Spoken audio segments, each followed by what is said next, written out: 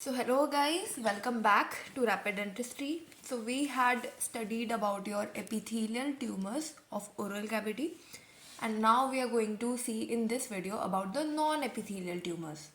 Alright, so I told you that your cancers or your tumors can be of epithelial origin or your connective tissue origin, your muscular tissue origin or your nerve tissue origin. So, under your epithelial tissue origin, we had seen a lot of tumors, which we had covered in all the 6 parts of the epithelial tumors. Okay, now in this video, we are going to cover our non-epithelial tumors. Obviously, so these are non-epithelial, so that means they must be originating from your other 3 types of tissues that is your connective tissue, muscular tissue or the nervous tissue. So firstly, in this video we are seeing about your tumors of connective tissue origin. Okay, now these tumors can again be your benign tumors or the malignant tumors. Okay, so mostly all the tumors we are seeing first are your benign tumors, except the one fibroma which we are seeing as benign also, and its malignant counterpart, that is your fibrosarcoma also. Okay, so except fibrosarcoma, all the rest of the tumors we are going to study in this video are going to be your benign tumors of the connective tissue origin. Okay, so all of these tumors are of connective tissue origin. So starting with your oral fibroma, okay, also known as focal fibrous hyperplasia. So what is happening in hyperplasia? There is an increase in number of cells. And what kind of cells we are talking about? We are talking about fibroblast. This is the most common benign soft tissue neoplasm of the oral cavity. Okay, so this first thing, it is benign. So I told you that whenever the word oma comes, that tumor is a benign tumor. Okay, and whenever there's a malignant tumor, what we have is we have either carcinoma attached to it or the sarcoma attached to it. So whenever just oma is there, it is that tumor is a benign tumor. Okay, and carcinomas and sarcomas are your malignant tumors. Okay, so this fibroma is involving a soft tissue, the soft tissue of your oral cavity. Okay, so the etiology of fibroma is a trauma or the local irritation. For example, your ill-fitting dentures or all those things. The clinical features involve your the most common location, that is your buccal mucosa. So your buccal mucosa along the plane of the occlusion. So this is your occlusal plane. So when you close your mouth in occlusion, this comes out to be your occlusal plane where the teeth of both the arches meet. Okay, so along this line you see this tumor, you see this fibroma. Okay, now what do you see? This fibroma appears like a nodule. Now this nodule is of the same color as your normal mucosa. Okay, so this is of the same mucosal color, and it is having a smooth surface. Okay, now other than that, you can have sessile or the pedunculated base. So for example, if the tumor is having a stalk like this, okay, this is what we call as the pedunculated base, because we're having a peduncle here, right, this stalk. Okay, and if the tumor is directly attached to the mucosa like this, so this is the mucosa and this tumor is directly attached to it, then this is a sessile type of the lesion. Okay, so there are 2 types of base, that is your pedunculated or the sessile base. It can have any of them. Okay, now other than that, it can be ulcerated or it can be hyperkeratotic also. Okay, now this is a very slow growing type of tumor, because benign tumors, we know most of the benign tumors are very slow growing, and it is also well defined. It is well defined in boundaries, right? Now your females are more commonly affected for your fibroma. Okay, and the age group is your 30 to 50 years of age. Alright, so this was your benign fibroma. Okay, that is fibroma is benign. Now So this was your oral fibroma. The second condition, that is the malignant counterpart of fibroma, is your fibrosarcoma. Alright. So I told you the differences between your carcinomas and sarcomas. Carcinomas spread by your lymphatic route, while the sarcomas spread by your blood. Okay.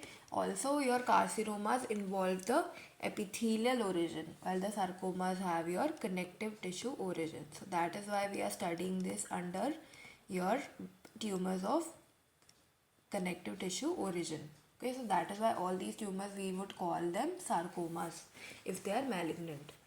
Okay, now this fibrosarcoma, it can involve your soft tissue or the bone also. Okay, so fibroma, we saw fibroma is only involving the soft tissue, but fibrosarcoma, that is the malignant counterpart which can, metastasize, because it has high chances of metastasis, that it can invade the deeper structures. So what is it going to invade? The bone, right?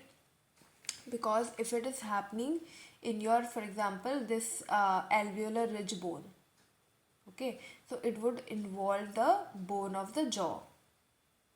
Okay, and this could either be your primary lesion or the secondary lesion. So primary lesion is occurring as a new lesion, okay, while the secondary lesion occurs in a pre-existing lesion. So already a lesion is present which undergoes malignant changes and forms a fibrosarcoma.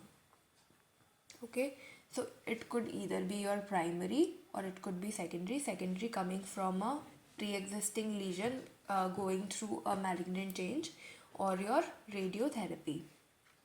Okay, so this is about your, if the fibrosarcoma involves the bone, or it could also involve the soft tissue.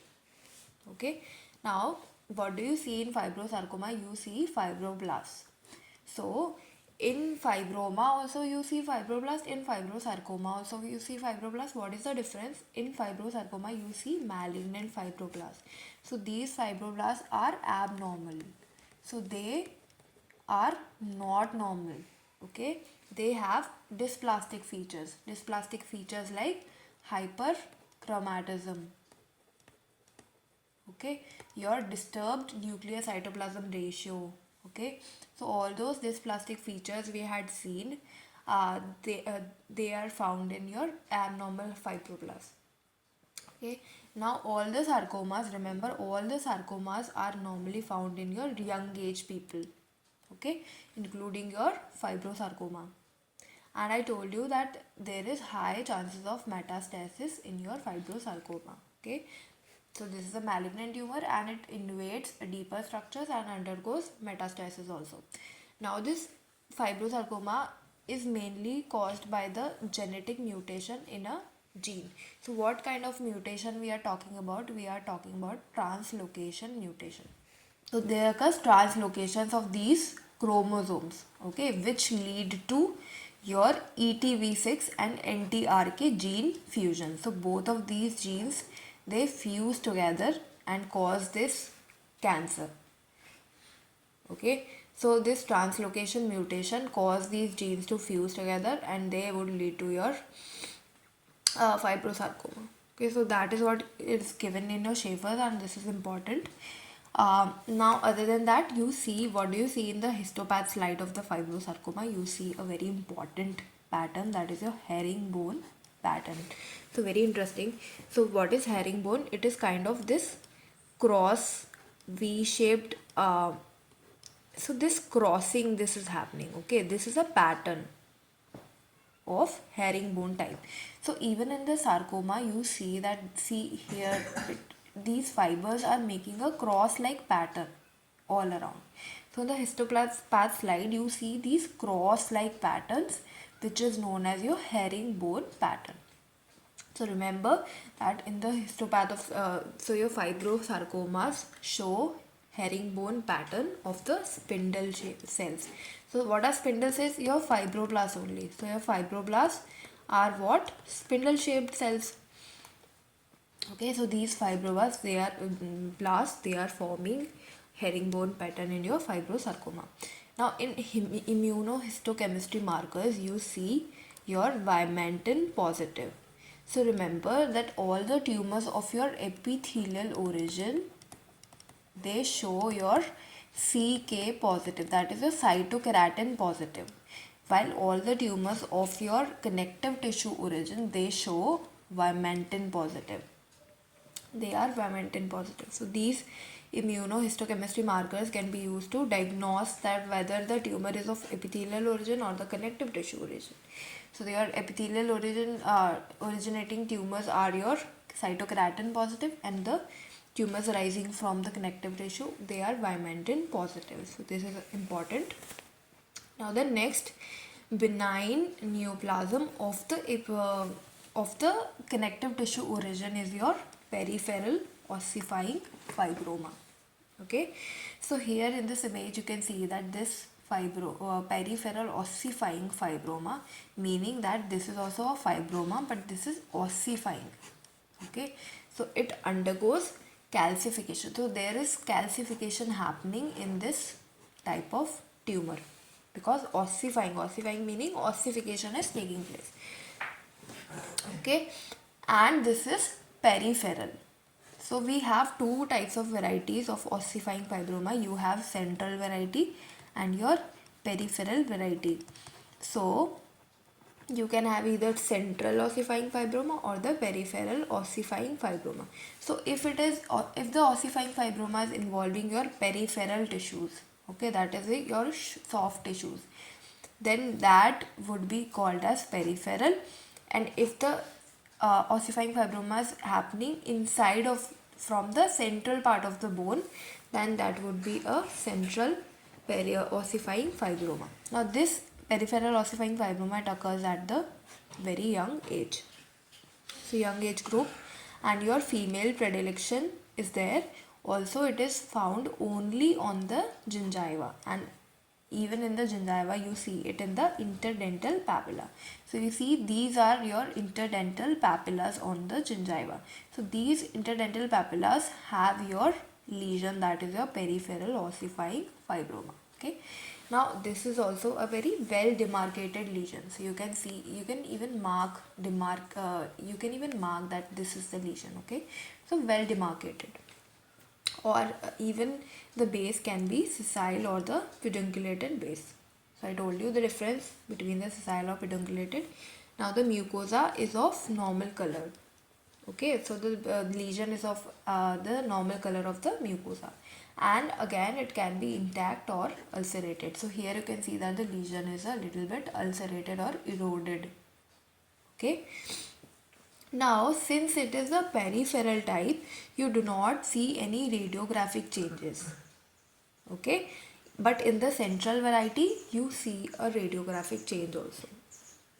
But in peripheral, since the outermost structures are involved, you don't see any significant radiographic change in the peripheral ossifying fibroma. Now, in your histopath slide, what you see is, since it is again a fibroma, you see plump fibroblasts. So these fibroblasts are again very much increased in size. Okay, so that is why we are calling it plump fibroblast. Okay, then other than that, you see a lot of calcification. It can be a single calcification or the multiple calcification. So that is why this is your ossifying fibroma, right? So you see in the slide also this calcification. Okay, so this is the calcification, and this calcification is found in your peripheral ossifying fibroma. Okay, so this was about this tumor. This is found on your gingiva, mainly your interdental papilla. Okay, and there are no significant radiographic changes. In histopath slide, you see certain calcifications or the plump fibroblasts. Now coming to the next type of tumor, benign tumor, that is your peripheral giant cell granuloma. So this is a granuloma. So granuloma, you know that granuloma involves granuloma is a structure which is formed in your chronic inflammation. Okay, and this has multinucleated giant cells. You know that the granuloma has multinucleated giant cells, right? So, and even the name that So the name is your peripheral. It is again peripheral and giant cell granuloma. So the giant cells are going to be present in this tumor. Okay. Now the age group is quite your old age, that is a 40s to 60s of the age is involved, and your female predilection is there by 2:1 ratio. Now mandible is more commonly affected than the maxilla, and the lesion of your PGCG, that is your peripheral giant cell granuloma, you see the lesion only on the gingiva. So most of the tumors we are talking about here are present only on the gingiva and also anterior to the molars. So you are going to see somewhere like anteriorly or on the premolars. So this has to be present anterior to the molars, right? Now again the base can be pedunculated or sessile, or this lesion can appear dark red in color, or so basically it can appear vascular, so that is why it is having a dark red color. Okay, or it can be hemorrhagic also, that is it can bleed if you poke this lesion, or due to trauma or anything it can bleed also in the radiograph. What do you see? That there is peripheral cuffing of the bone on the edentulous arch. Okay, so what is happening here is that in the radiograph you see that the bone, see here you see your peripheral giant cell granuloma. So you see that there is cuffing of the bone, meaning there is a lot of your bone resorption happening here. Okay, and that is very evident on your edentulous arch, right? So this is very much appreciable here. This is known as your peripheral cuffing of the bone, and so there is a lesion on the left side of the mandible here. Okay, so this is your radiograph of your PGCG. Now your histopath slide, if we talk about, you see multinucleated giant cells because the name itself says your peripheral giant cell granuloma. So you see a lot of giant cells. See here, these are multinucleated giant cells. Okay, so they are having many nuclei. Okay, and what do they resemble? They resemble your osteoclast. So your osteoclast is also a giant cell, right? It is having a lot of nuclei, and what osteoclasts do, they resorb the bone. And see, these giant cells also resemble this osteoclast, and what they are doing, they are resorbing the bone, and they resorb bone and they form this peripheral cuffing of the bone pattern. Okay, so this was your peripheral giant cell granuloma. So what do you see here? You see a lot of giant cells. Okay, and this is located in your peripheral region. This is not a central tumor. Okay, this is again involving your soft tissues only, that only the gingiva is involved anterior to your molars. Okay, and the color, it would appear a little vascular, so that is a dark red color it would appear. Okay, now the next benign tumor of connective tissue origin is your central giant cell granuloma. So this is also having giant cells, as the name tells you. Okay, but this is the central variety. That is a differentiating factor that we had seen our peripheral varieties. Now we are going to see the central variety. So the central variety is seen in your young age. So I told you that the peripheral variety, the peripheral variety is found in a little old age people, right? That 40s to 60s of people. Now the central variety is seen in younger age group. Again, your females are more susceptible, that is the 2:1 ratio, and your mandible is more common than the maxilla.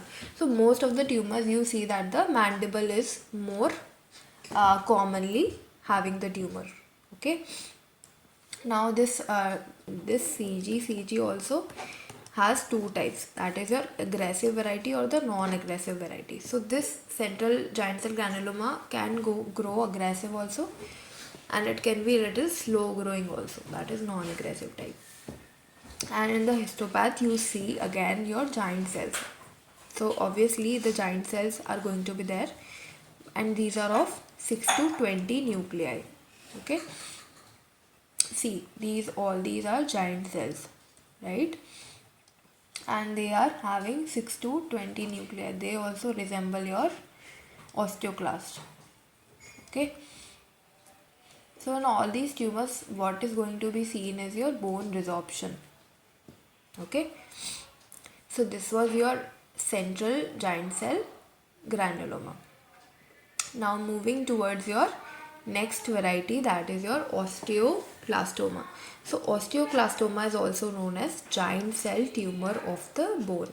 So again, a giant cell tumor. So in all these tumors, what you are going to see is your giant cells. That is the common thing. But other than that, this tumor is known as your osteoclastoma, because these are, osteoclast like cells which are, proliferating. So you have multinucleated giant cells which are, like your osteoclast. These are having so many nuclei, that is a 40 to 60 nuclei are seen. Okay. Now why so many nuclei? Because these giant cells are formed by your fusion of your mononuclear cells. So you know that the mononuclear cells, mainly that is your macrophages. So your macrophages are already multinucleated. Now these macrophages, they again fuse together to form these giant cells. Okay, so these are giant cells which are having 40 to 60 nuclei, right? So this is a histopath slide. You see that cells are so much giant. They are so giant. They are having a lot of nuclei, and they are formed by the fusion of your monocytes. Okay, that is your macrophages. So these are formed by the fusion of your mononuclear cells. These are cells which are having one nuclei. Okay, so one nuclei, and then they fuse together. A lot of cells, when fused together, they form this multinucleated giant cells. Okay, now the treatment of your osteoclastoma is the curettage. Now the recent treatment also gives your calcitriol. So calcitriol can also be given to the patients of osteoclastoma. Otherwise, you have to do the curettage. So in curettage, what we do, we scrape out all the tumor cells by the help of your curette. Okay, so we scrape out all the affected bone and your tumor cells. Okay, now the sixth variety of your benign tumor of your connective tissue origin is your aneurysmal bone cyst. That is your ABC. Okay, so your aneurysmal bone cyst is a multicystic expansile osteolytic neoplasm. So this is multicystic. Okay, so it is having a lot of cysts. Okay, and it is expansile, so it is expanding. It expands to your peripheral borders. So its peripheral borders expands, right? And it is osteolytic. That is when basically a lot of resorption of the bone happens. So it resorbs your bone of the jaws. And this is a tumor of your connective tissue origin. Alright. So what do you see in this? You see a lot of blood-filled spaces. Now these blood-filled spaces, see here in the slide, you can see that these are blood-filled spaces. And these blood-filled spaces are separated by your fibrous septa. So this fibrous septa is also evident in your this lesion. See in the radiograph, you see that this lesion is there, and this lesion is your aneurysmal bone cyst. Okay, so you have fibrous septa which separates your blood-filled spaces. Okay, so you have, for example, this is a blood-filled space here. This septa is running from here. Then you have blood-filled spaces here. Septa running from. So these blood-filled spaces are separated by this fibrous septa. Alright. And this also has your osteoclastic giant cells. So all of these tumors we are studying are having your giant cells in it, right?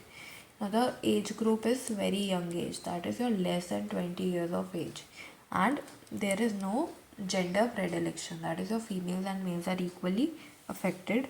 Now upon entering the lesion, what do you see? That if you enter the lesion, there is a lot of blood oozing out. So that is welling up from the tissues. Welling up from the tissues means that the blood oozes out a lot. A lot of blood oozes out from the lesion, which leads to your blood soaked sponge. So that is why your FNAC is also contraindicated. That is your fine needle aspiration cytology. So your FNAC, we don't do FNAC because if we try doing FNAC, what happens? A lot of blood would ooze out from the lesion and we won't be able to stop the bleeding only. So that is why the FNAC is contraindicated. Now if we talk about the phases of your aneurysmal bone cyst, so we have 4 phases. That is your osteolytic phase, your active growth phase, your mature phase, and your healing phase. So this aneurysmal bone cyst, it heals on its own. Okay, so this is a self healing lesion.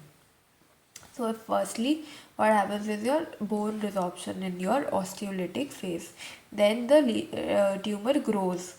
That is the active growth phase. Then it matures and then it heals on its own. So when the healing happens, there is progressive calcification. So firstly, you see that the bone resorption is happening. Then you see that there is calcification happening. Now since this calcification happens, you see this honeycomb or the soap bubble appearance in the radiograph. So you see that this lesion is there, which is radiolucent. You know what is honeycomb or the soap bubble appearance? So you see lot of calcification which is separating, which is present in your radiolucent area. So you see calcifications. So these calcifications gives rise to your honeycomb of the or the soap bubble appearance. So your differential diagnosis can be your ameloblastoma, okay, or your OKC.